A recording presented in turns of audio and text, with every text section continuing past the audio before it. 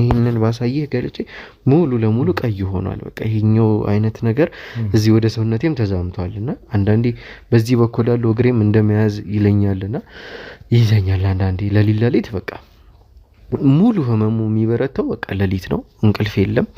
የቀኑን በሙሉ ስቃይ ደምሮ ለሊት ላይ ነው የሚያመጣው።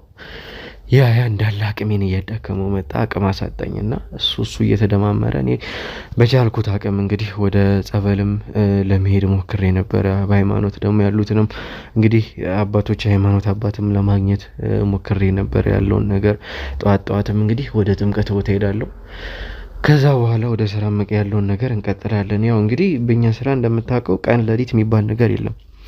አንዳንዴ ነው ለሊት የምታርፈውና ለሊትም የሚሰሩ ስራዎች ስላሉ እዛው ውለህ እዛው አድረህ በማግስቱም በሶስተኛውም ቀን ሙሉ ሳምንቱም እንደዛ ሊሆን ይችላልና እነዛ አካባቢ እነሱም በተቻላቸው አቅም እግዚአብሔር ይስጣቸው እኔን ለማሳረፍ ይሞክራሉ።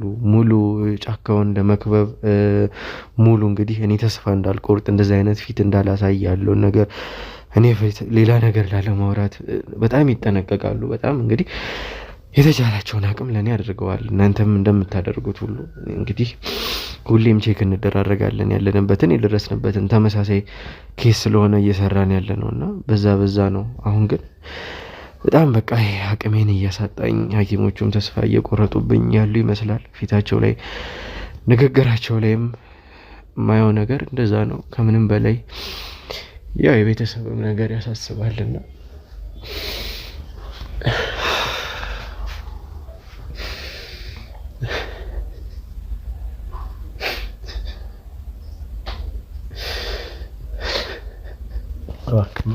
ብሩክ